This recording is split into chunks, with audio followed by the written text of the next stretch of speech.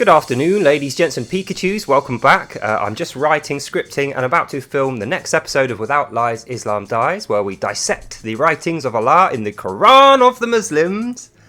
But what I wanted to talk to you about is why I am using an Arabic copy rather than the English copy, which I did actually start using.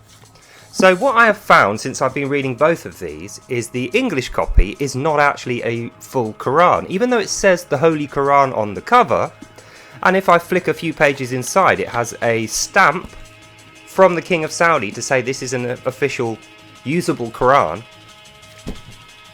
The verses in that book have had half the text removed, and what this does is create sentences which are far harder to read, and when you interpret them by re-adding the words which you think should be in there, you end up with the opposite meaning of what was originally there. That's the reason I say buy and translate one of these. Now, it's not an easy thing to do for those who don't speak Arabic, and I don't speak Arabic. So the way I do that is I use an AI. I use open source AI, which is non-biased. So I don't use ChatGPT because that's a heavily biased AI. And when you scan this in, it will translate it into this because it knows the text. And that's the instruction that AI is given. When you ask it if this is a full and accurate translation, it will say yes, despite the fact that we know that is a lie.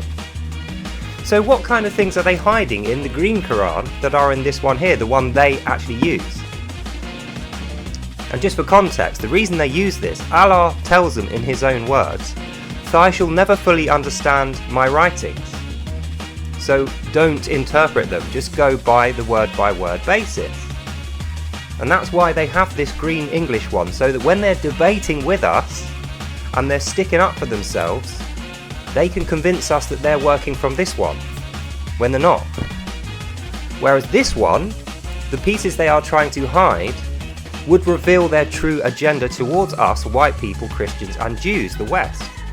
And their true agenda is to kill all non-believers and wipe out any worships or forms of culture which don't immediately centre around Allah.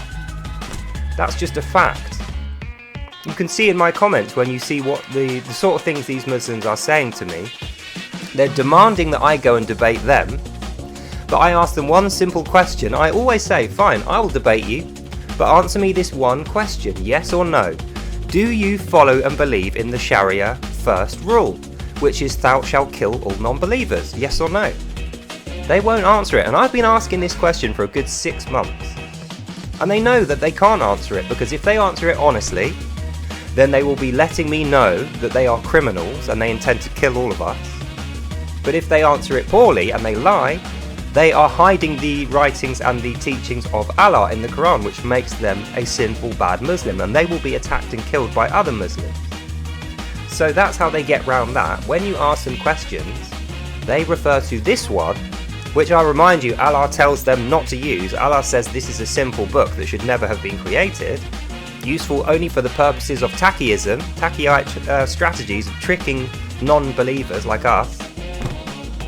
And this is the one they actually follow, and this is the one they follow in order to call themselves a Muslim.